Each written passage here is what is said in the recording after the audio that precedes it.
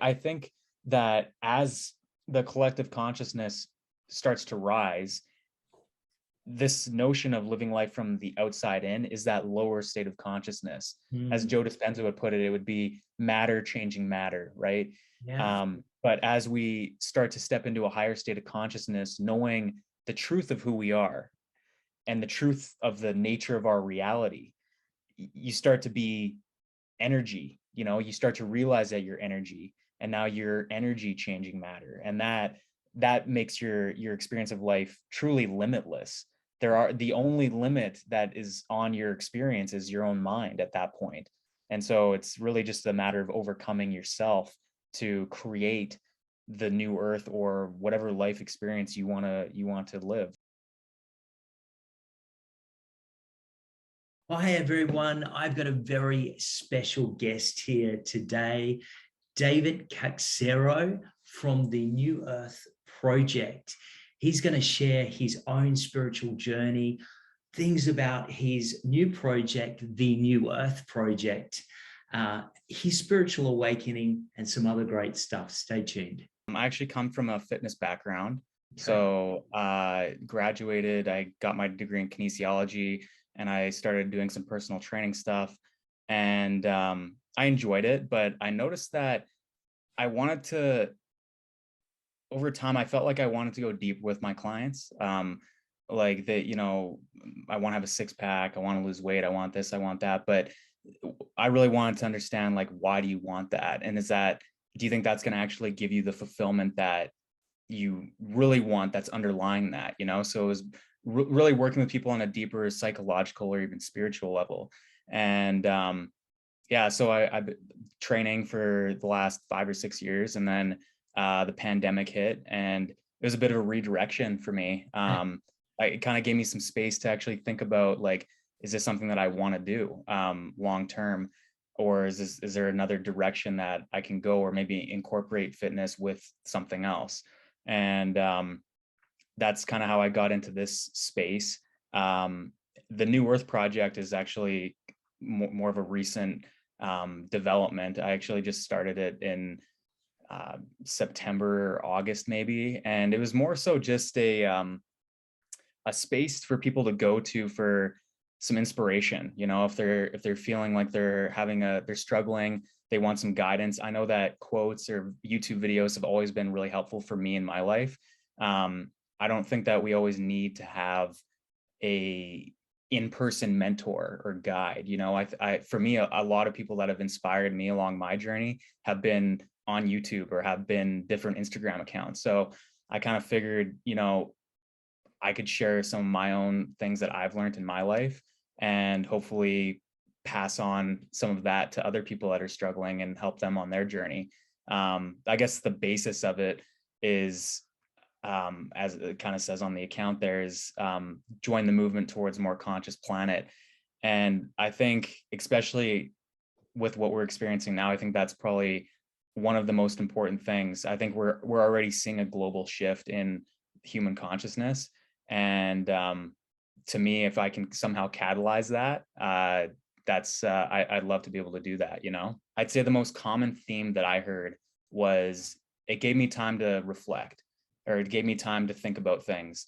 And to me, that is, in my own journey anyways, that's been the first step to kind of going and embarking on this self-discovery journey, I guess.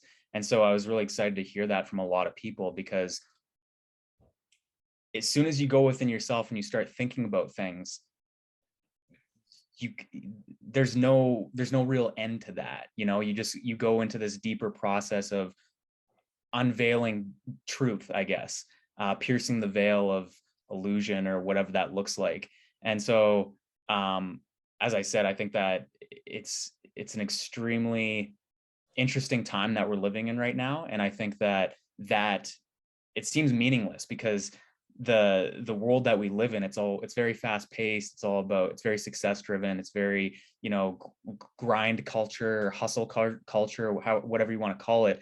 And it doesn't value, or up until this point, it hasn't really valued that well-being piece. And I'm seeing more and more of that, especially, even if you look at the last 20 years and look at fitness, like fitness has become way, way more prevalent and way more valued. And then if you look at the last 10 years and you look at mental health, for example, the stigmas around mental health are slowly fading away. Like, even guys I know, like they talk about how they've gone to therapy. Like 10 or 15 years ago, or even 20 years ago, you wouldn't hear a guy saying he went to therapy, or anyone, or very few people for that matter, right? Because of that stigma around mental health. So I think as we start valuing well-being, eventually, especially with the mental health piece, you start to realize that once you go deeper within yourself, reflecting on things, you start to wonder, well, is there something beyond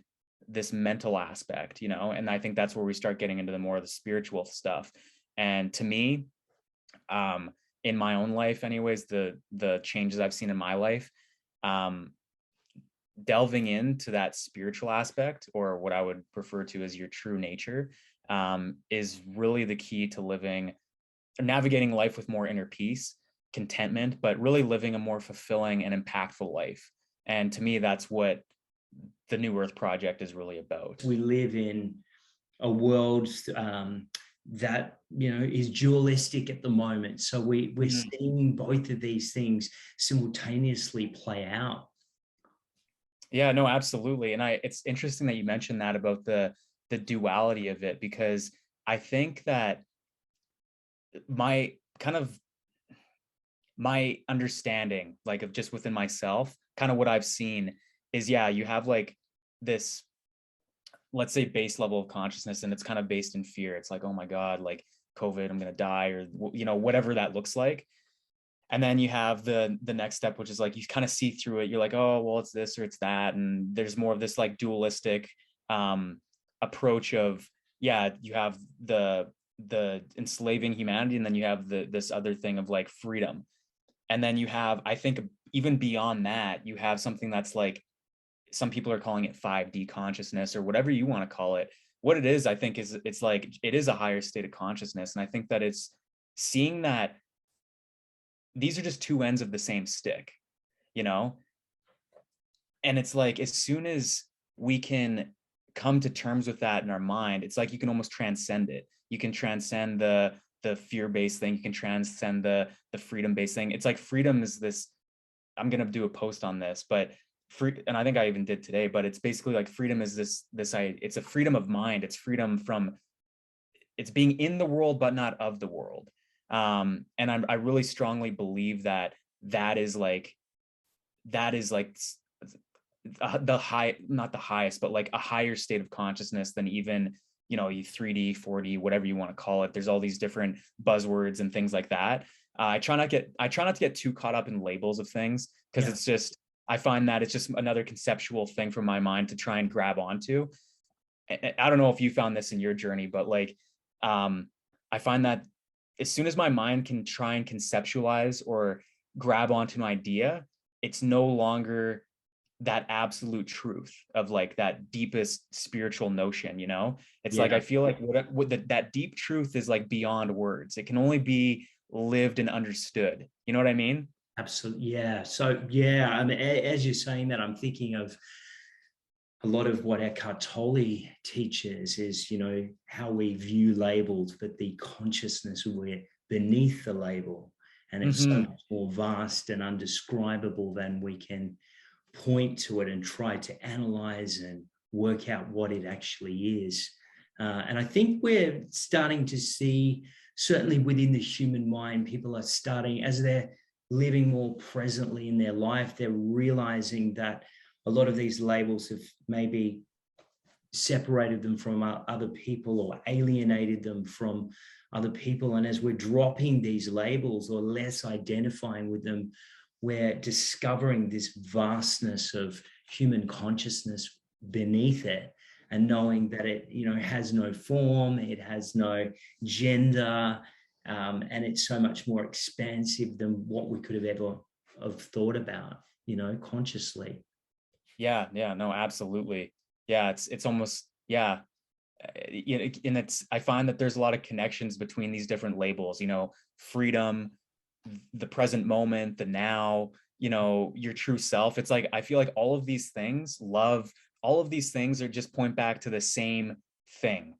And you could call that consciousness or whatever label. But like, I feel like a lot of religious teachings, a lot of spiritual teachers, I've been recently, I'd say over the last, actually about a year and a half now, really following Taoism. I don't know if you're, Yeah, yeah, wonderful spiritual yeah, teacher. Yeah. yeah. And that, to me, that's really resonated. Just with like this, the world is so, truth is so full of paradoxes, you know, um, like teach without telling, you know, just these different things that less is more, like all of these different things. It's like, it doesn't make sense to the mind. Like, it's like, what do you mean less is, but like, again, it's like these spiritual teachings that like, it's the foundation, you know. It's like when you can just tap into that level of truth, like you said, which is kind of beyond labels, you start to get into something that's a lot more vast or expansive than what you ever thought it was, you know. Yeah, absolutely. And I think it's something that all spiritual traditions sort of, if you get to their core, they have that central message as well. You know, I mean, Jesus said in his teachings that the kingdom of heaven is within you. And I think we're starting to see this. This is certainly something that, you know, I feel strongly to talk about, is that the greatest spiritual teachers always had this common message that look within, or the power is within, or the kingdom of heaven is within you. And the way our, you know, society, civilizations have worked for the last 1,000 or so years has been always to look outside of oneself, for the savior figure, for the institution, for the government, for whatever it is as far as an external structure. But I think what is occurring now, there's this shift that's happening where people are learning to go within to find the answers, rather than, because I think systems outside of themselves are in some ways collapsing. They're changing rapidly. And I think it's causing a lot of people to go within and find out that all of the answers that they sought outside themselves were always within them. Yeah, no, absolutely. You said that very, very well, and I couldn't agree more with that. It's almost like the only way that we can get to that point, though, and I'm sure you would agree with this on your journey, is that these awakening experiences don't come without a sense of struggle or a sense of hardship or adversity, you know. um it's like you don't necessarily wake up in a state of comfort, you know. It's usually a state of discomfort that forces you to go within yourself to find these deeper truths, whether or not you're looking for them, whether or not you're saying, oh, I want to know what the truth, like a lot of people probably aren't thinking that. I know I wasn't thinking that when I started this whole journey. I don't know if you were, but yeah, it's yeah, like you said, I mean, going within yourself is kind of that initial step, initial stage of awakening to these deeper things. Yeah. So tell me about your spiritual awakening experience. I mean, I know a lot of people will want to label it that. Was that how it happened for you? Was there a moment in time where you started to see the world differently, or is that something that you grew up with? uh you know, I've always been quite a reflective person, and I've always found myself contemplating different things, purpose, like life purpose, or what's the meaning of this existence. Like, that has always been a thought in my mind, like what's the purpose of this, what am I doing here. um but then, you know, as you go through, you know, your late teen years, you get into adulthood, you start working, you start doing these things, you kind of get immersed in the process, or in the system of things, in the chase, in the rat race. um and It wasn't until I, after my kines degree, I'd always planned on doing something after that. So I was thinking physiotherapy, and then from physio, I was thinking osteopathy. I'm not sure if you're familiar with osteopathy. Yeah. Yeah. So I was actually in an osteopathy program, and it was always kind of the plan, you know, it was whether that was the plan that I had or whether that was the plan that was kind of uh, embedded in my mind from parents or, you know, whoever, that was always the plan for me. And so I was in this program and it just didn't really resonate with me. But at that point in time, I had never, the term meditation, like that was for complete hippies. I had never even considered that. You know, I was about, you know, business and success, and I was very embedded in the material world. And um, I remember in this osteopathy program, they're talking about meditation, and before you put your hands on the patient, you be grounded, centered, present within yourself. And I'm just thinking, like, I want the 3 steps to curing back pain, like scientific evidence. You know, I need like cold hard fact, like all that kind of stuff. Everything had to be tangible, and so it didn't really resonate with me. I didn't feel 100% passionate about it. And then I decided, you know, maybe this isn't for me. So I decided to pull myself out of the program. Around that point in time, I was reading a book, Rich Dad Poor Dad. Actually, I'm not sure if you've read it, Yes, I but have. What's the author's name again? Um, Robert Kiyosaki. Kiyosaki. Yeah, Yeah, great book, that very it, inspiring. very inspiring. And to me, I've never been a big reader. Like throughout my years growing up in school, if there was ever a time where we had to do, you know, a project where we're reading a book, I would cliff notes it. I hated reading. And so I read this book.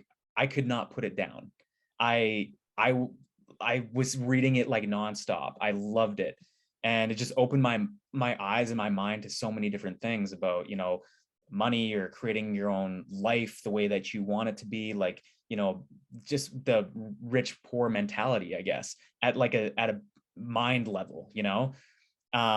Like it has such a superficial title, but there's so much substance to that book. It really really inspired me. And so as I'm reading this book, I'm like, I can't do osteopathy. Like I decided not to do it. That was actually a book that really inspired me to go off and kind of pursue something else, because it really lit something within me.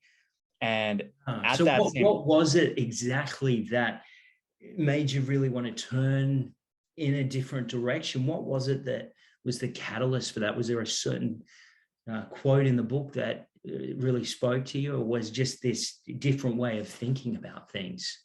um, I don't know if it was a specific quote. I think it was really um, just the different way of thinking about things. It was a totally new way of looking at my life and looking at money and looking at um, I like my life doesn't have to be the way that things have always been. You know what I mean? Like it doesn't have to be the way that my parents did it. It doesn't have to be the way that everyone else has done it. Like I can go and literally create the life that I want to create. And it was, so that was really inspiring for me. And I've always had it in my mind that I wanted to own my own business. Um, and to me, that was like, okay, well, it'll be like, you know, I'll do osteopathy or I'll do physiotherapy. It was never anything else. But this, like, around that, there's a number of things that happened at this time. So I'm reading this book. I withdrew from osteopathy. I was in a relationship at the time. We were dating for, you know, just over 3 years, and we broke up at that time as well. So everything that I saw my future to be, short term or long term, everything I saw my future to be, the osteopathy thing, this person that I was dating, like all of it, it just changed. And I noticed, like, whether it was a conscious thing or not, what was outside of me was not stable. It wasn't, everything was temporary, everything was shifting. And so that was, at that point, I was like, okay, I like, if I go within myself, like I grew up and I grew up in kind of a Catholic, that like in that I was going to religious, ask you, what was your yeah, so upbringing? Catholic or Christian. So, you know, I grew up like believing in God and prayer and stuff like that. And so, you know, that I kind of turned to God at that point. And also at this point in time, I reached out to a mentor. It was actually one of my first training clients. And Okay. I asked her, I said, you know, you're quite knowledgeable and successful when it comes to business. Would you mind being a mentor for me? You know, I'm thinking about getting into business, and would you mind being a mentor? And she said, yeah, absolutely. And one of the things that she told me, and it'll always stick with me, she said, if you want to be good in business, you have to be good with people. And if you want to be good with people, you have to know yourself. And I was so unbelievable. I was like so driven. I I wanted to be, love that quote. That's great. it's great. That's Yeah. really good. Yeah. Yeah. She was, I would say, a huge catalyst, like alongside of all the changes that were happening in my life. She was a big catalyst for me in my own awakening experience, if you want to call it that. And so she was the one that told me that. And I was so inspired and driven to be good in business that I said, okay, you know what? I'm going to do whatever it takes. I'm going to know myself inside out. It obviously, me being the contemplative, reflective person that I've always been, and that definitely aided the process.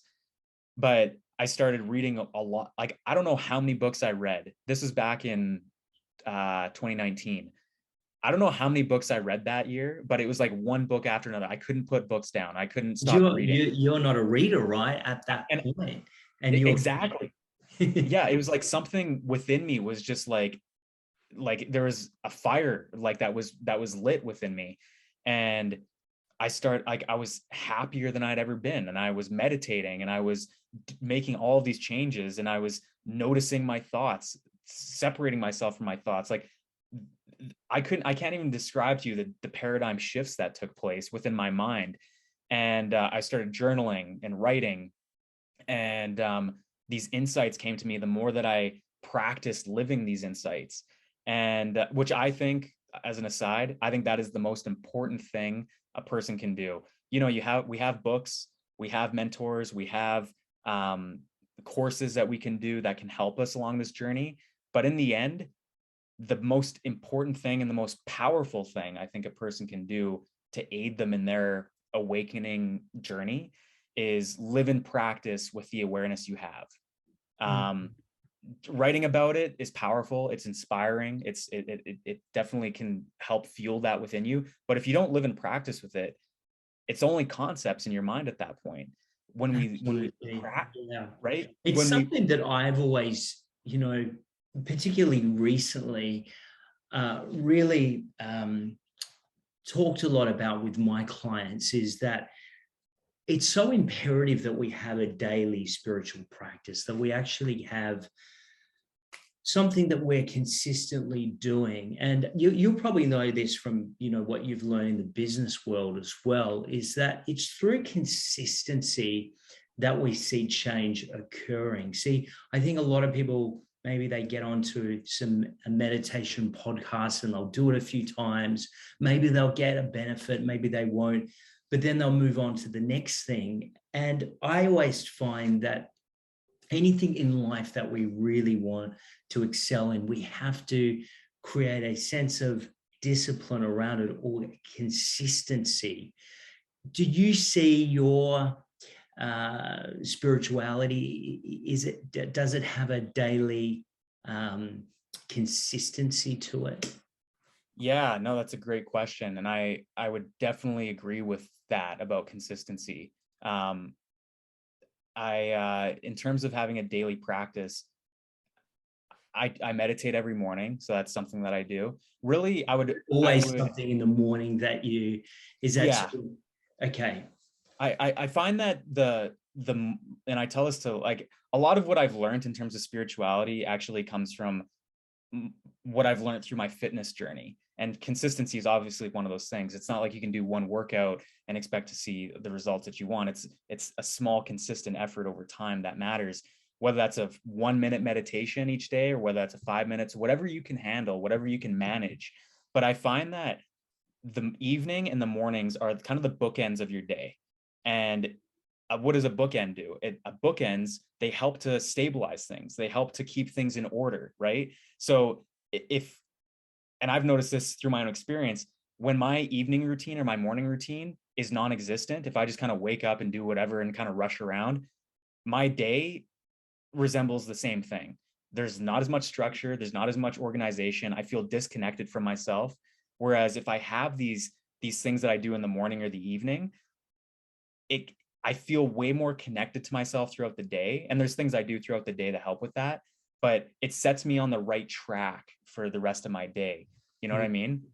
It changes the vibe. I know exactly what you mean. It kind of changes the vibration of the day. You know, I see a lot of people, and the first thing they want to do when they wake up in the morning is reach for their device, reach for their smartphone.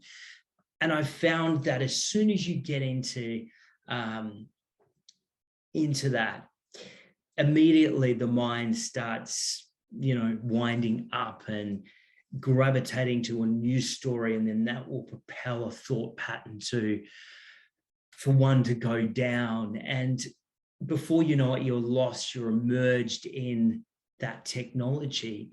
I think I would always encourage people to do exactly what you're saying, is that first moment they awaken in the morning is to go into something very conscious, very, I love your bookend analogy there. I think that's great, holding things together.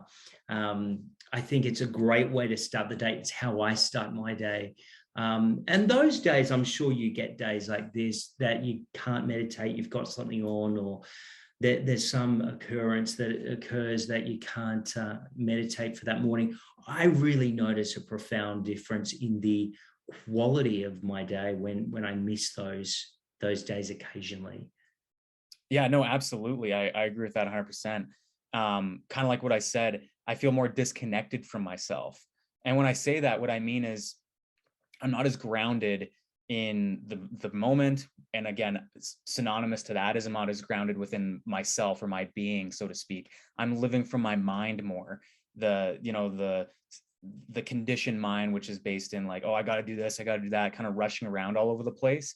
So yeah, no, I agree with that 100% about the quality of my day. To your point, is not the same quality as it would be if I was able to meditate in the morning or do something. Like I said, there's things I do throughout the day that also help me reconnect and stay connected to myself. And I think it's a matter of consistency and doing those things often. Otherwise, whatever you neglect, this is kind of a saying I like, what you neglect becomes a sacrifice. And so if we neglect that spiritual practice, that's going to become the sacrifice, and you're going to end up living disconnected from yourself. And that's when we start to feel irritable or impatient, or we start to we feel lost. We are the path we're on, there's no clarity to it. We don't have clarity within ourselves, So I think, again, the foundation of living this high quality life, or life of being at the peak of well-being within yourself, I guess, is in being connected to yourself spiritually. Yeah, beautifully said. Who inspired you through this journey of you reading all these books over the last sort of 12 months, couple of years or so? Who really particularly resonated with you? What teachers, what writers really inspired you? Yeah, that's it's funny because there's that saying, when the student is ready, the teacher appears, right? So, and it's I find that teachers change, like, you, based on where you are on your journey. It's, again, when you're ready, the new teacher will come. You might outgrow a certain teacher, or their teachings, they might be here what you need at that point, but now you need something that's a little bit different. So definitely that mentor that I had, she was very, very helpful for me at the beginning stages. And then Eckhart Tolle, his book A New Earth, was very, very impactful for me in my life. Along with whenever I mention people to check out that book, Oprah's Super Soul Conversation. So she does an episode on every chapter with Eckhart Tolle, Yes, where they yes, I've seen it. Yeah. yeah. So it really enriches that experience of reading that book. So Eckhart Tolle was very, very inspiring for me. Michael Bernard Beckwith, also very inspiring. I've listened to a lot of his stuff. Yeah. More recently, I'd say within the last year, I've been really drawn to this notion of surrender. So a book that I read was The Surrender Experiment by Michael Singer. Yes. Yeah.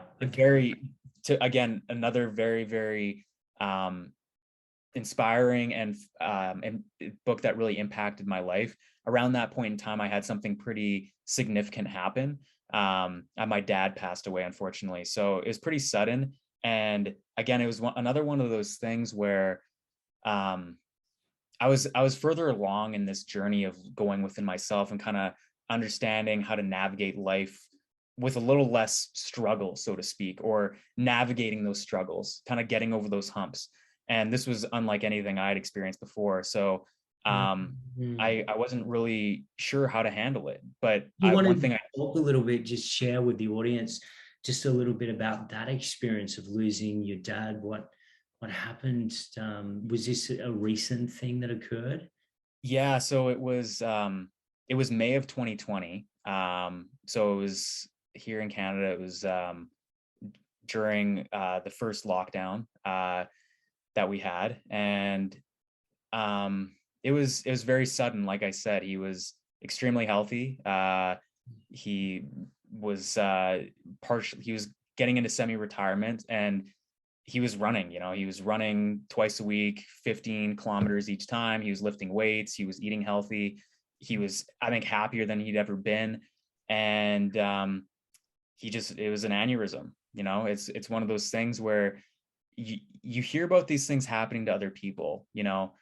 Um, Someone's dad passes away, someone's brother gets into an accident, someone themselves that gets into an accident, they're paralyzed or whatever, and it impacts you for, depending on how close that person is, impacts you for a day, a week, a month, but eventually it subsides, and you never really think that it can happen to you. I never thought it would happen to me.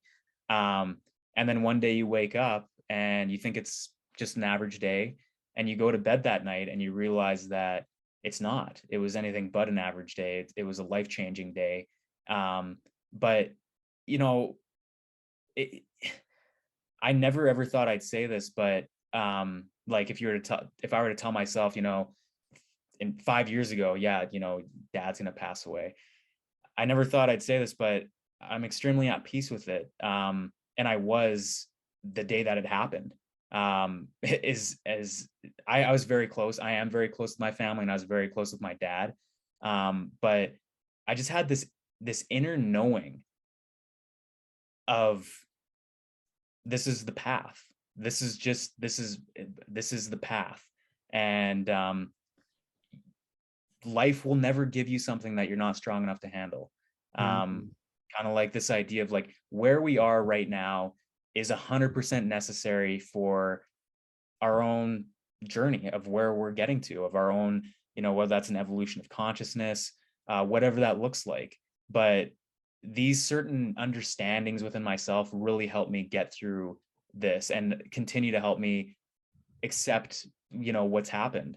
But even to this day, um, when I say that he passed and stuff like that, my understanding and how I look at death is, it's it's just I don't think there is such thing as death, so to speak. I think there, like, obviously he's not here in physical form, but um y- I, I can kind of feel that he's not actually gone. That consciousness is not actually gone, if that makes sense. It's difficult to articulate, but um yeah, that's definitely helped. And so that's when I kind of, the surrender experiment was the book I read a couple weeks after my dad passed. And um it was a fitting book because, obviously, talk about resisting life.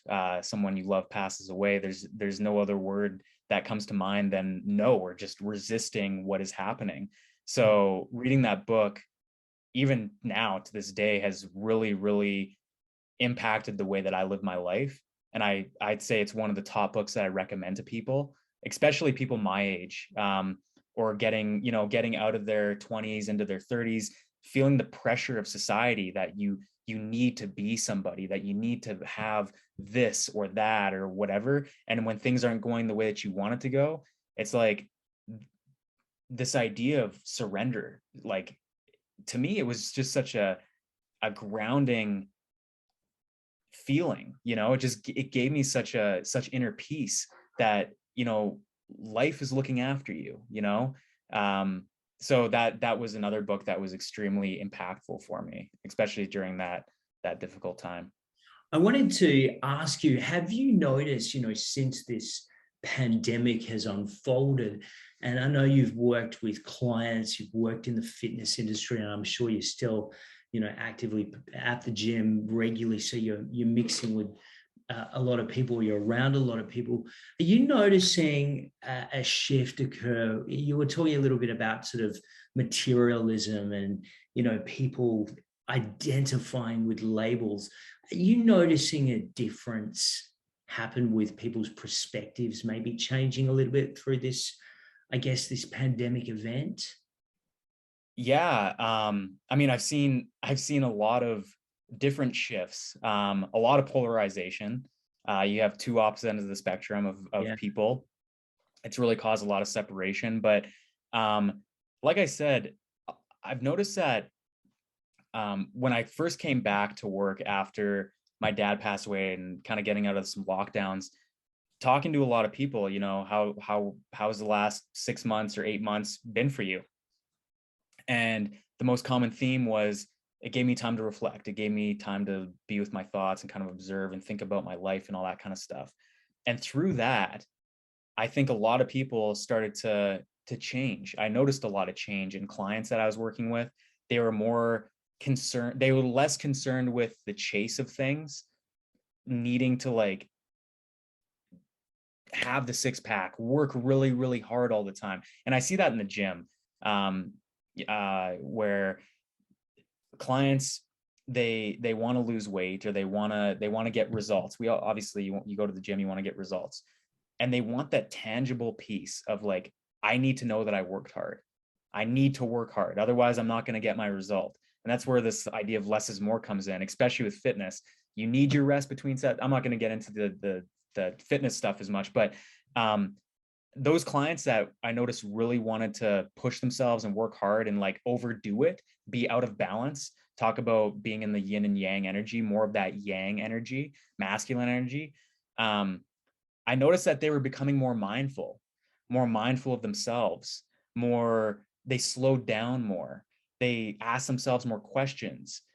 Why do I want to do this? And Mm. I think that it came from that self-reflection throughout COVID, the lockdowns, thinking about, it just gave them more time to think and be mindful of themselves. And I think that really transferred into how they were working out in the gym. Yeah, I think it's a fascinating one because I know even in that gym culture, there's this almost obsession that can kick in with people and competitiveness around body image. And I think once you go down that road, it can be all consuming and dieting, and it can be quite obsessive. I know with me, I've gone through stages of that in my life. But going through lockdown and not having the gym there as that outlet, you're forced to reassess. And then when you go back into it, you do find that it's very different. It's not as, maybe you're not as obsessed with it. Maybe it's about getting a better sense of balance, rather than this obsessive drive for perfectionism. Because I think we've seen that with gym culture for maybe the last 10, 20 years, where there's this, particularly for men within men's fitness, and I'm sure it's the same with women, as you say, the needing for the six pack, the perfectly chiseled body, and that's the epitome of masculinity, and that's what you need to get. It's probably something that it is good if we are changing our relationship to seeing those things as the norm or what we need to achieve. Yeah, no, absolutely. And I have this another kind of principle that I live by. And it's, I guess, call it the principle of habit, or what the saying that goes along with it is, how you do one thing is how you do anything. And when we live our lifestyle, and this is what I tell a lot of my clients, is like, you want to lose weight, you got to change your lifestyle. That's what it basically comes down to, because your lifestyle is determining your habits and all that kind of stuff. But don't focus on changing your lifestyle. What's creating your lifestyle? Well, your mind is. You are creating your lifestyle. So if you want to change the lifestyle that is creating the body that you're creating, then you have to change yourself because you're creating that lifestyle. And so you take yourself everywhere that you go, in every situation that you go into. That's the one common denominator. So if we can change that state of consciousness of always needing to work harder, being in that that masculine energy, that yang energy, and we can bring a little more balance within ourselves, it's not only going to change in the gym, it's going to change in your relationships. It's going to change in your career or in your whatever line of work that you're in. It'll change in every aspect of your life, because I really believe that how you do one thing is how it's going to transfer over into other aspects of your life. It's going to have that ripple effect, you know? So yeah, I think that, again, maybe that's why I've seen a lot of clients and a lot of people changing their ways or seeing a shift in how they do fitness or how they work out, because they had to change how they were living their lifestyle throughout the lockdowns, and it transferred over into fitness, you know? Yeah.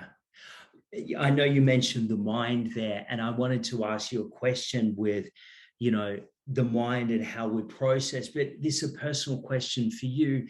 How are you, I guess, processing some of the density that we're moving through in the physical at the moment? Because I know a lot of people I speak to regularly, they see the world changing around them, maybe a different form of government oppression than they've ever had before. And I know things have gotten a bit crazy there in Canada. How do you keep your mind sane and, I guess, maybe more positively aligned? Because a lot of people are succumbing to fear. They're fearful around the future of maybe something more oppressive along the way. How do you keep your mind positive, sane? Do you have your bad days with this stuff? Yeah, no, absolutely. I do have some rougher days for sure. And I'd answer that in a couple different ways. The first thing that came to mind when you were saying that is, how do I maintain a sense of contentment within myself or with everything that's going on? To me, it's by moving beyond the mind, so to speak, by, again, reconnecting with that spiritual center within myself, which I was kind of talking about, the duality, of, two ends of the stick, good and bad, right and wrong.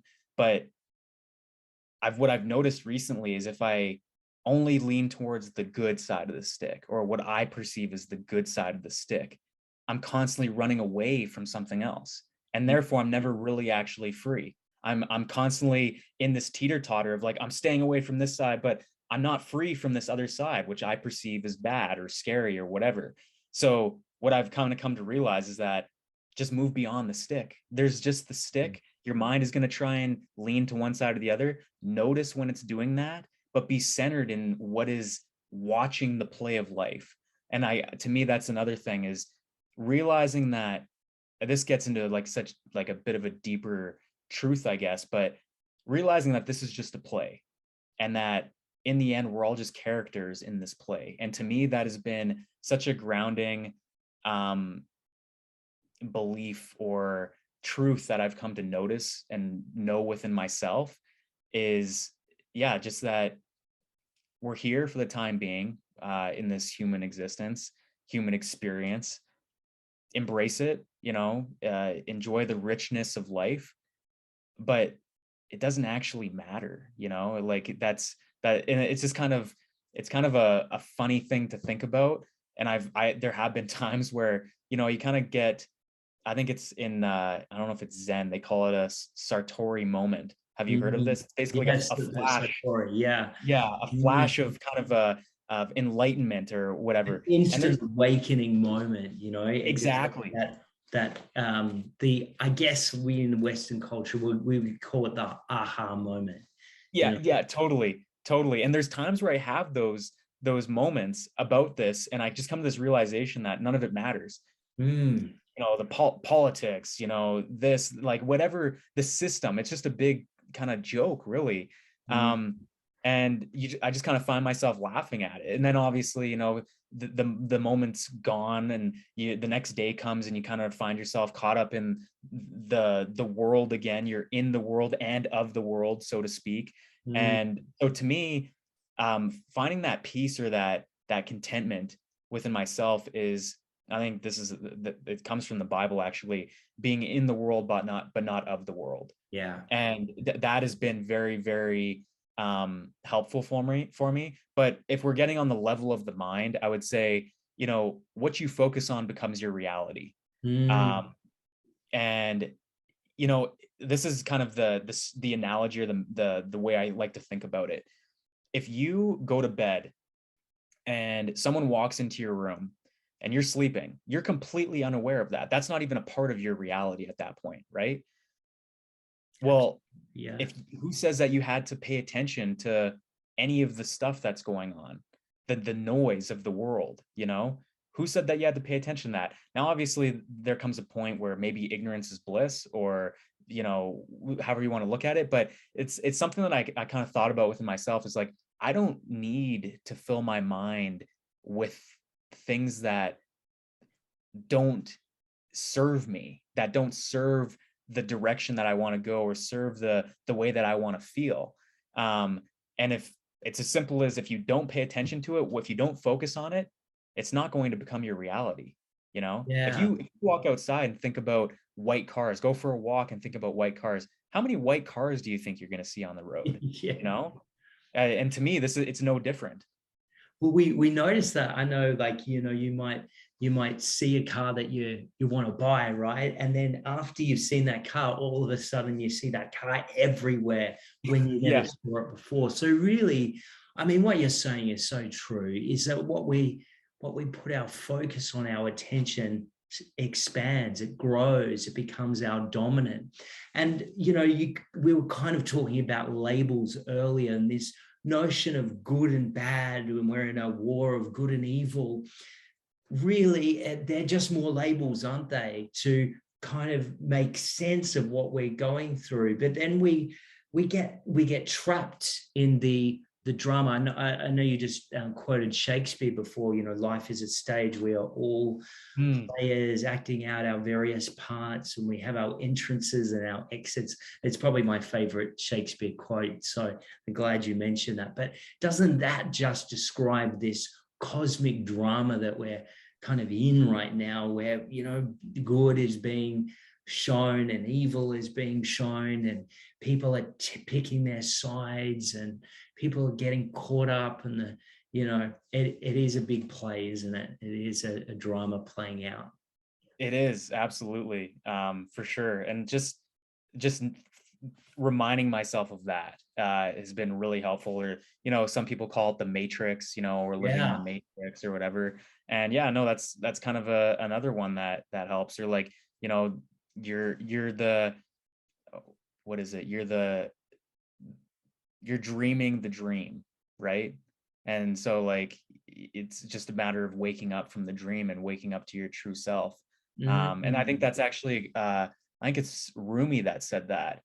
um You're right. Yeah. I'm even thinking, as you're saying that, we have a beautiful ancient culture here in Australia, the Aboriginal people, the people of the land, and they talk about the dream time, and this is a big dream, and we're dreaming this reality into existence. I find that almost every spiritual teacher from, I mean, if you want to put Shakespeare in that category, because I think he pointed to something, of this nature. They all have a central theme, don't they, of this fact, of the movie, we see it in Hollywood, this notion that it is illusionary, and it is, we are playing, certainly on this plane of existence, we are playing out a play, if you like, or a drama. But ultimately, from a higher perspective, it's not real. And then when we take that seriousness out of it, we can find that separateness from it that gives us, maybe, I guess it works a little bit like meditation. When we take ourselves out of this incessant mind stream, we can find peace outside of the illusion. Yeah, no, you said that very well. Yeah, and I look at life as a meditation. Life can be a meditation if you allow it to be. Yeah. Um, and I relate this again to, I relate a lot of things back to fitness because I come from a fitness background. But if you let's say, like, if you want to go to you want to lose weight, the person wants to lose weight, so they go to the gym, and that's their time to lose weight. If that's the only time that they're spending on working on losing weight, they're not going to lose weight. It's, No. again, it's a lifestyle. It's the way that you live your life. And the same thing is true for meditation. Call meditation the gym for your mind or your spirit. You're strengthening your mindfulness muscle. You're strengthening that spiritual muscle within yourself. Well, if the 5, 10, 20, 30 minutes that you're spending on that meditation pillow or wherever you're meditating is the only time that you're spending doing that, yeah, you might see some benefits. But what are you doing for the rest of your day? What's the state of being that you're in? Are you aware of the thoughts that you're having? Are you aware of your reactions? Are you aware of the play and that you are the character playing the play? Can you see the character playing the play? And if you can't, that's okay. It's just a matter of lengthening the period of time where you can become aware of that. And I think that's the continuous practice of deeper awakening or whatever that looks like. Mhm. Yeah, absolutely. No, really well said. I guess we're noticing a lot of changes occurring in our reality. And as those things start to occur, I know a lot of people are expressing to me um, maybe they can't do some of the things they did before because of restrictions and being told that if you don't do this, then you won't have this. And I think we're starting to get, I know you talked about division. I guess and I see this, certainly through my work, is that we're seeing a split of realities, if you like, people that are maybe more gravitating towards what we've been talking about, this higher level of consciousness, seeing life differently, removing ourselves from the illusion, and then those that are maybe doubling down, holding on tightly to the familiar, to the structures, and maybe giving their sovereignty, their power away. What do you think of all this that's happening right now? Yeah, no, that's a great point that you make. And it's something that I think, yeah, as you said, a lot of people are experiencing. And it's easy to feel like you're not free. Like, oh, I'm losing my freedom. Um, and going back to that freedom piece, but if we rely on things outside of us to be free, you have to ask yourself, are you really free? Mm. Or is your freedom bound to something outside of you? As soon as freedom, fulfillment, peace, contentment, any of these things, these internal states are tied to something outside of you, where you are, how much money you have, what you can or can't do, who you're with, if it's tied to these uncontrollable factors, it's it's going to be a tough life Yeah. of a lot of ups and downs. And there are ups and downs in life, but they don't have to be like this. It can be a little bit more smooth if you realize that, again, everything's coming and going, and this too shall pass. Go within yourself. The more things that are taken from a person, the more that um these freedoms on the worldly level are taken from us, or taken from whoever is experiencing it, um, the more it gives them an opportunity to find what is actually true freedom within themselves. It's a shedding, it's things being pulled away, things that you thought were you, or that were true freedom or true security. And as soon as you realize that those things weren't actually true security, it's scary. But when one door closes, another door opens, and that other door is an opportunity for you to realize what is actually true or free. We're going through a tough time. Like, I would encourage anyone that is experiencing, worldly freedoms potentially being temporarily taken away, or you're faced with kind of a path of going back to the familiar or stepping into the unknown. step into the unknown. And I think one of the biggest things I live by, and I encourage people to live by, is follow your intuition. Search your feelings, and do what feels right to you. Mm. You will never be led astray by that. And Yeah, that's a great point. I always say that to people as well, is a lot of people have trouble trusting that intuition, maybe, but I always say the same thing, it never really lets you down, does it?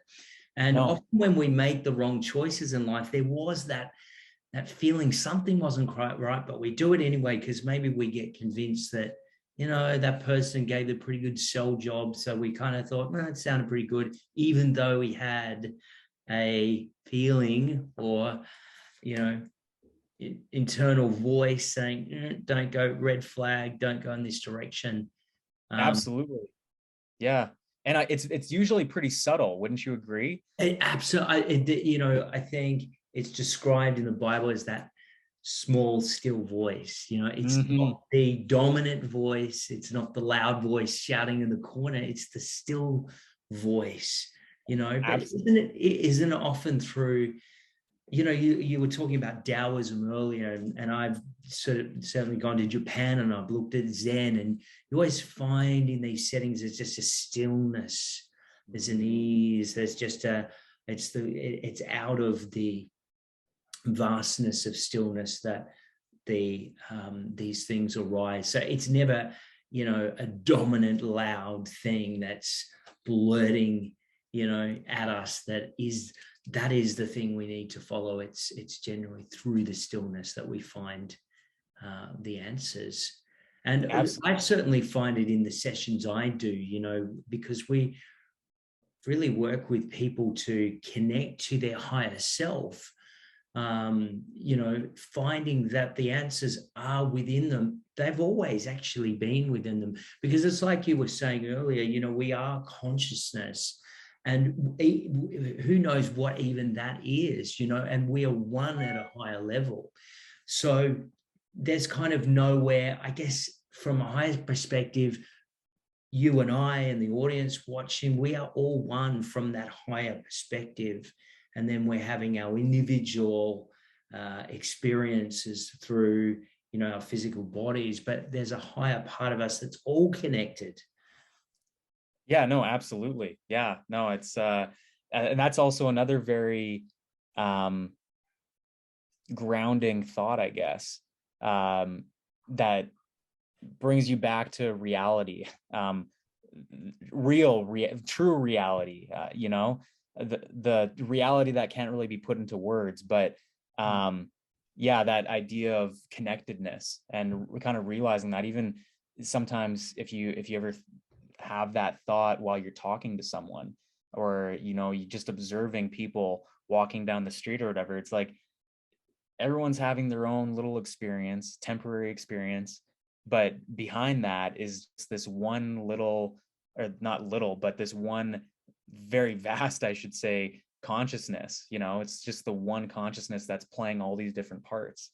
But it's easy to say and easy to conceptualize. Really, which I think true spirituality is about, is living in practice and living these truths, discovering truth and living from truth. And that's a lot different from conceptualizing it and putting it into words. But yeah, that's that idea of connectedness, I think, is a very can be very grounding, especially in terms of conflict, or you see someone that you don't like or whatever. It's just another character in the play. Yeah. Have you noticed in your life, certainly in the last few years as you're evolving and changing, has it affected the relationships in your life, the friendships that you've had? Are you being able to talk about this stuff with people? Are you having to maybe make new connections? Yeah, I've always kind of kept my circle fairly small, but more recently, anyways. I speak about it more with close friends or family, and I find that the friends that they don't really these types of things aren't really resonating with them at this point in time. They're not really at that point where they're ready to hear it or whatever, or maybe they just, for whatever reason, it's not really on the same vibration as what they are. I find that we kind of just don't part ways 100%, but we don't spend as nearly as much time together. Or I notice the interactions just aren't as there's not really as much substance there. There's not as much of a connection like there used to be. Yeah. So you just, and this is naturally occurring. I know it is for a lot of people. They're noticing people are coming into their lives, people are leaving their lives, and it's just an energetic thing that's sort of just happening for a lot of us at the same time. I want you to talk a little bit about the New Earth project. And I came across it and I was really excited to see it. Some great videos that you're making that I think are going to resonate with a lot of people. I felt the energy behind those messages. There was an authenticity. Really vibrationally, I connected with you through that, through those videos. So I hope you make a lot more of those little videos you've been doing. But talk about the New Earth Project. How did it come into your consciousness, and what's your vision with it? Well, I'm glad the content has resonated with you. It's been more of a recent development. I actually probably within the last 3 months here, back in September, I think, is when I created that Instagram account. And it just kind of came out of nowhere. I have 3 Instagram accounts. I have my personal account. And then from there, I decided to create a coaching account. And at the same time that I created my coaching account, I created the New Earth Project. And the New Earth Project was in no way attached to my name. It was completely separate from my identity. And so the way I looked at it was just a place that people could go to if they're going through a difficult time. They want some inspiration, some empowerment on their healing or awakening journey. It's a place that they could go to, because quotes or videos have been a very helpful thing for me on my journey. And so if I can kind of pass that along to people, I feel like it's something that inspires me. I like speaking, I like writing. And so why not put those things to use and try and uplift the consciousness or help people on their journey? And so the New Earth Project, it's kind of a reflection of the journey that each individual goes through in life. I mean, it could also be called the Awakened Self Project, because the more that each person goes through life and works on their healing, or works on going through deeper awakening, or expanding their consciousness, or trying to reach the highest level of well-being that they can reach, the more that they uplift the consciousness of those around them. And as that happens, the more the collective consciousness is going to be raised. And from that, I think that is the foundation for creating a new earth, so to speak. So the New Earth Project is just there to provide some inspiration and empowerment for people on their own journeys, so to speak. And it's just sharing truths that I've come to know within my own life. And as much as we seem different, going through our very different lives, we experience many of the same things, many of the same troubling issues, many of the same joys. It just has a little bit of a different facade over it. That's all. And so if I can speak my truth to help other people, it's bound to resonate. That's kind of the way I saw it. It's bound to resonate with some other people. So that's kind of the premise behind the New Earth Project. Absolutely, and it's great. And what are your aspirations? I'm not sure. Do you have a YouTube channel also that you're communicating with people through, or at the moment it's just through Instagram? So it's like I said, it's been more of a recent development. Recently, within the last couple of weeks, I've noticed that it's taken off. More and more people were following me or becoming inspired by this stuff. So I started getting more on TikTok. It's the New Earth Project. And then I am rebranding my website. So I have my personal website, but I'm rebranding it to the New Earth Project. And it's going to be a blog. I already have a number of blog posts on there, but again, a self-help blog that's there to inspire and empower people on their journeys, hopefully helping them navigate life with a little bit more inner peace or fulfillment. And then in terms of YouTube, that's something that I've thought about for a long time, is getting into YouTube. And the mind kind of kicks in. It's like, oh, well, you don't know video editing, or you don't know this or that. And then it is something that I do want to get into. And because you mentioned it, I will start a YouTube account. It'll probably be called the New Earth Project, or something along those lines. And yeah, so that's kind of where I'm going to be going with it. In terms of the vision I have for it, I'd really love to create a community of people that maybe networking with people such as yourself, or health and wellness companies, whether that's nutrition or mindset related things, or spiritual coaches or whatever, and networking with these people to help people reach higher levels of well-being within themselves, mentally, physically, and spiritually. Because I think that when we can do that, we're holistic beings. We're not just a spiritual being. We are still having a human experience here. And a big part of that well-being is the physical and mental aspect of it. So if we can kind of create this holistic human development network of people that can help others on their journey, where we can share our truths and come together, I think it'll be a really, really powerful organization or community that can really help to uplift the consciousness of the collective.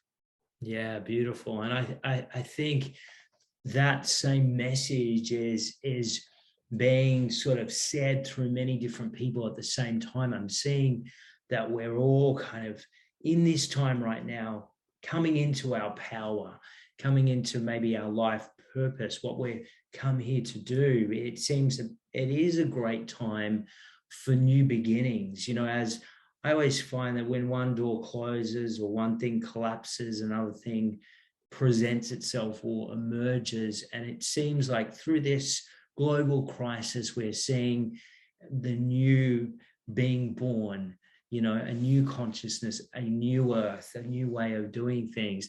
And I like what you said earlier. I think we can get really caught up in giving our power away to the external, governments, or maybe it's been organized religion for some, or whatever. We've given our power away, but that power is within us all. And when we connect to that, then we can live from the inside out, rather than the outside in, which I think our culture has been in for so long. Is we've always looked for everything external. I've got to add this possession to me. I've got to get this. I've got to get the house. I've got to get the fancy job, or I've got to look a certain way. But when we pull back from that and we live from the inside out, we can have a very different experience, can't we? Oh, absolutely. And I think that as the collective consciousness starts to rise, this notion of living life from the outside in is that lower state of consciousness. As Joe Dispenza would put it, it would be matter changing matter, right? Yeah. But as we start to step into a higher state of consciousness, knowing the truth of who we are and the truth of the nature of our reality, you start to be energy. You start to realize that you're energy, and now you're energy changing matter, and that makes your experience of life truly limitless. The only limit that is on your experience is your own mind at that point. And so it's really just a matter of overcoming yourself to create the new earth, or whatever life experience you want to live. Yeah, beautifully said. Absolutely. And it's an exciting time. I think, we're in the midst of enormous change. And, from my perspective, I know this time of increasing. Actually, you mentioned the new earth. I'll go from that perspective because that book also really resonated with me by Eckhart Tolle. And I think one thing he said, and I know that's about, it's at least 10 years old now, but he talked about this shift in human consciousness, that either we were going to continue to go down a negative trajectory, or we were going to take the quantum leap and evolve. Humanity was going to evolve into a higher state of consciousness and awareness. I think a lot of those things that he spoke about in that book are happening now, aren't they? Oh, I really, really think so. And I think it's been, if it wasn't apparent, prior to 2020, I think now it is extremely apparent. We're seeing all kinds of paradigms shifting, all kinds of systems collapsing. People are seeing through the veil more and more as the months go on, and it'll be a really, really interesting to see what happens in the coming months or coming years, for that matter. Yeah, absolutely. I think we're certainly seeing through the veil, and things that we didn't see before are becoming very clear for us to see. And I'm finding that with almost everything in my life. I don't know about you, but everything looks differently. I see everything in a different light, a different way. I feel like we're in the midst of this great evolution right now. I think we were waiting for when is it going to happen.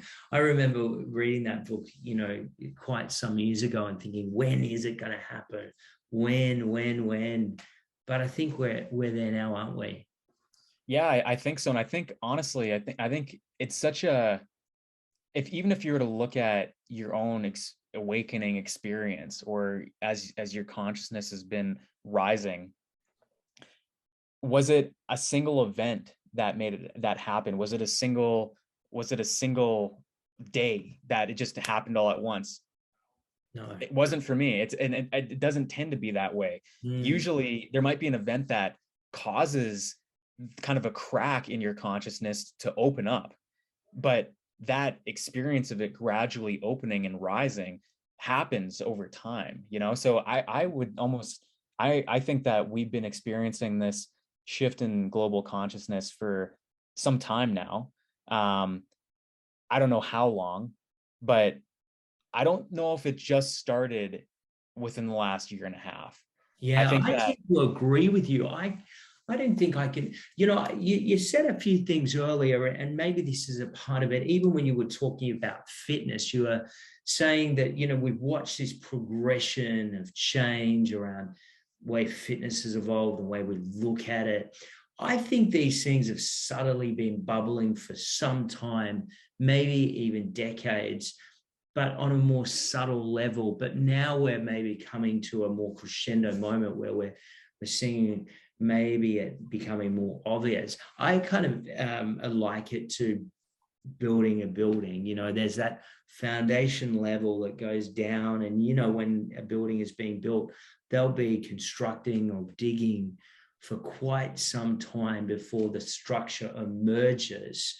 And then from that point, we almost watch rapidly the building being built. But I think for a long time, foundations are being built and excavated in the unseen, but now we're starting to see something being built and emerge. oh, absolutely. I agree with that 100%. And I think that going back to, again, relating things back to fitness, there's always a latency period between the work that you're doing and the result that you're going to see on the physical level, or the intangible creating to the transferring to the tangible. There's a latency period between that. So the work that many people did and have done over the years, raising their own consciousness, it takes time for that collective to gradually rise, for more people to start to wake up. And I think that what's happening in the world has catalyzed that. I really think that it has catalyzed the number of people that are starting to realize certain truths and wake up to certain things. But I think there is a latency period between the work that the collective is doing and will do, and the birth of this new earth, so to speak. Yeah, yeah, really well said. And I think you're spot on there about the latency period, because I've even had this. I remember the first lockdown we went into, and I wasn't able to get to the gym in the same way that I normally would, and so I put on a little bit of weight during lockdown. And when I went back to the gym, I was expecting, 2, 3 weeks, I would get there. And I was noticing that I wasn't noticing any real difference. There seemed to be a couple of months before there was this moment of, oh, I can see my body's changing, and then it would progressively change. So there is this period where we're putting in the work, we're doing all the right stuff.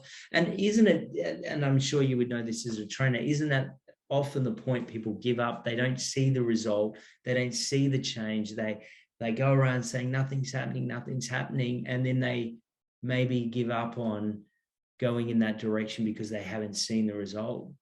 Absolutely. And quite often that result could be right around the corner from where they are. Yeah, It would be just exactly. on the I mean, I edge. always say that it's always hardest when you're on the cusp of triumph.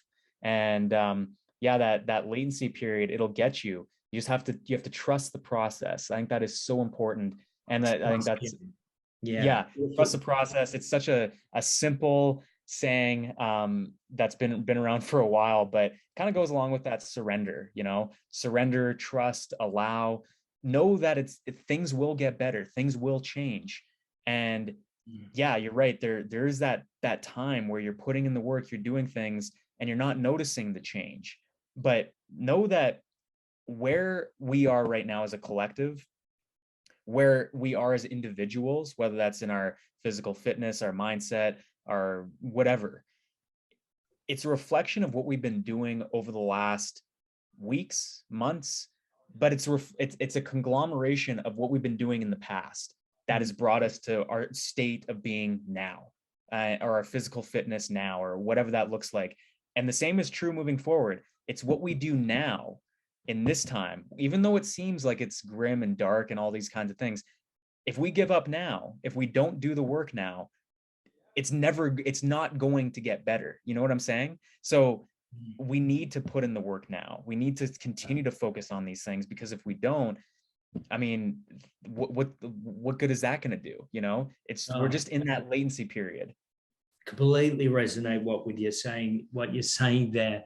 Absolutely. And I'll ask you this question: how do you see the world in, say, 5 years? What does the new earth look like to you? How do you envision it on a personal level? Oh man. Well, what it looks like, what the world looks like in 5 years from now, I'm not entirely sure. That's definitely talk about the unknown. I think it How would you depends. like the world to? How would you like the world to look from a perspective, from a new earth point of view? I think from a foundational aspect, like I said, the slogan or the tagline for the New Earth Project is join the movement towards a more conscious planet. So that's kind of the foundation of what I see is more people becoming conscious.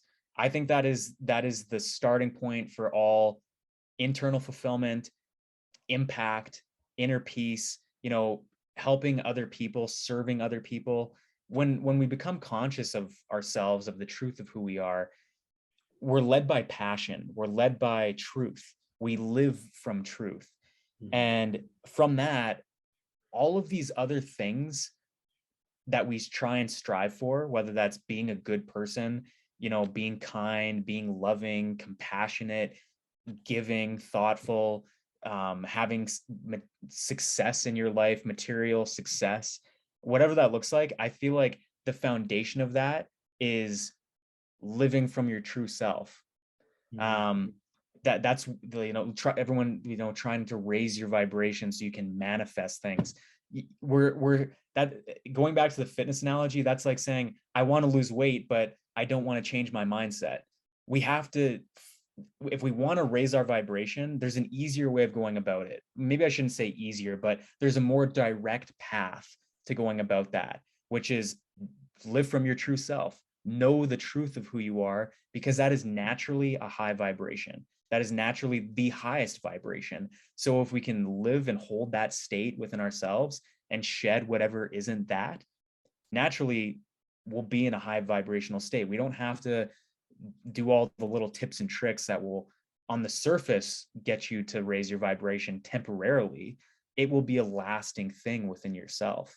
So that's kind of the way I see the new earth. It's kind of a broad answer, but I think from that broad point of view, the details will be filled in the more we start to awaken, if that makes sense. You know? And I think you articulated perfectly. I think that it is really through the process of consciousness transformation. This is the cornerstone. This is the foundational block, if you like, for everything. Because once we change and become more conscious as human beings, everything else changes. You know, we treat the planet differently. We treat each other differently because we're coming from a different state of awareness. And I think that's just the way we do it. And this is why I think we're needing as a human species to go through this evolutionary event, because it wasn't working the way we were doing it and we weren't headed in the right direction. So it's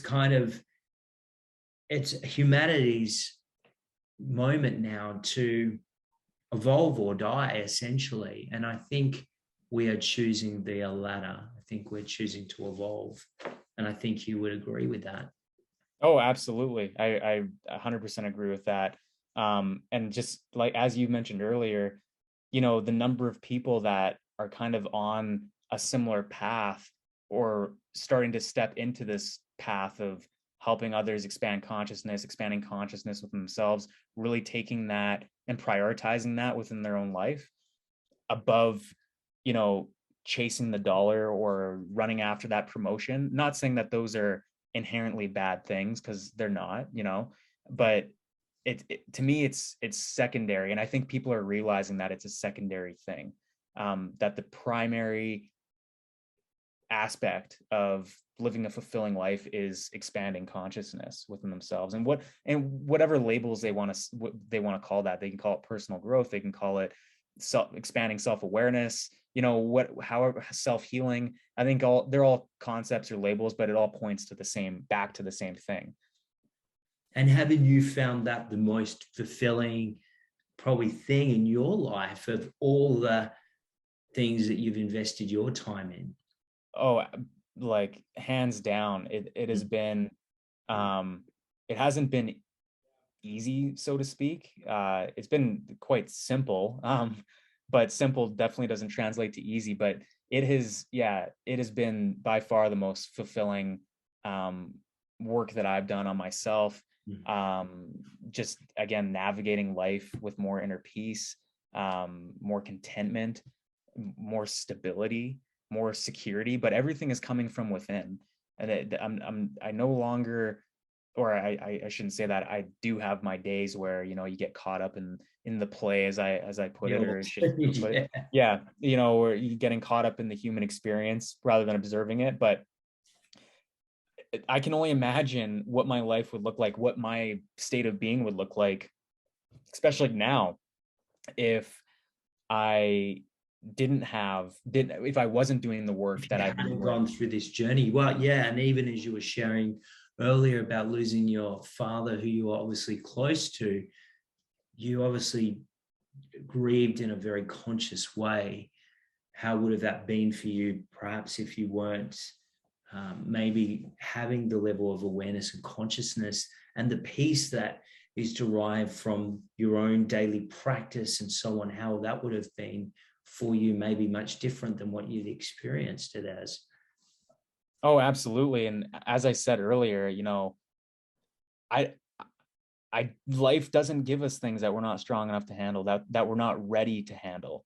And I think that's why it didn't happen at an earlier point in my life.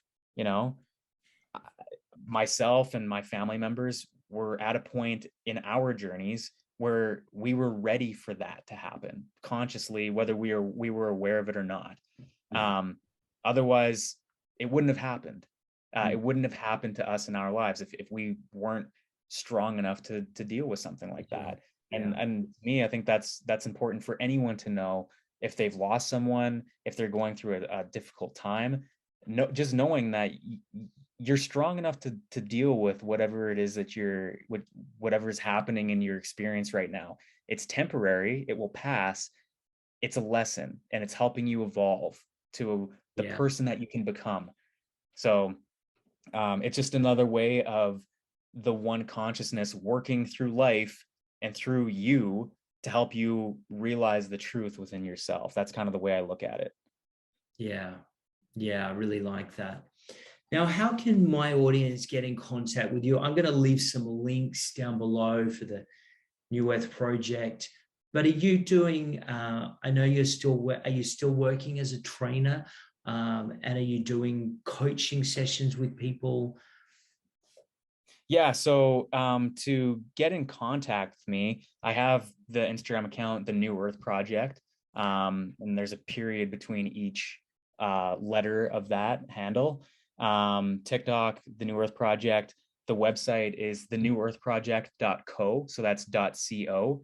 We'll leave the links down below, but yeah. So I have all of those. In terms of coaching, if someone's interested in getting like a program or working on their lifestyle or anything like that, I would say just contact me through the New Earth Project Instagram. That's probably just the easiest, and we can kind of sort things out that way. Because I mean, as I said earlier, big part of, I think, the New Earth, or just raising our state of consciousness. As much as we're spiritual beings having a human experience, we're still having the human experience. We still have a mind, we still have a body, and it's important to look after those in order to really raise our state of consciousness and reach those peak levels of well-being. So in terms of, for me in my life, physical fitness has been a huge aspect of that, both mentally and obviously physically. So I would encourage anyone to step into that if they haven't, and even if you have, I mean, and you're interested in, say, functional strength training or anything like that, I could definitely get you squared away with something. Wonderful. Well, it's been great spending this time with you today, and I sure hope to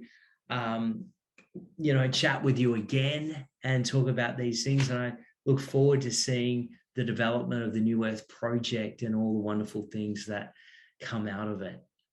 Absolutely, Paul. It's been an absolute pleasure talking to you. I really appreciate you having me on and having this conversation. Likewise, I really hope that we get to have another conversation soon. Wonderful.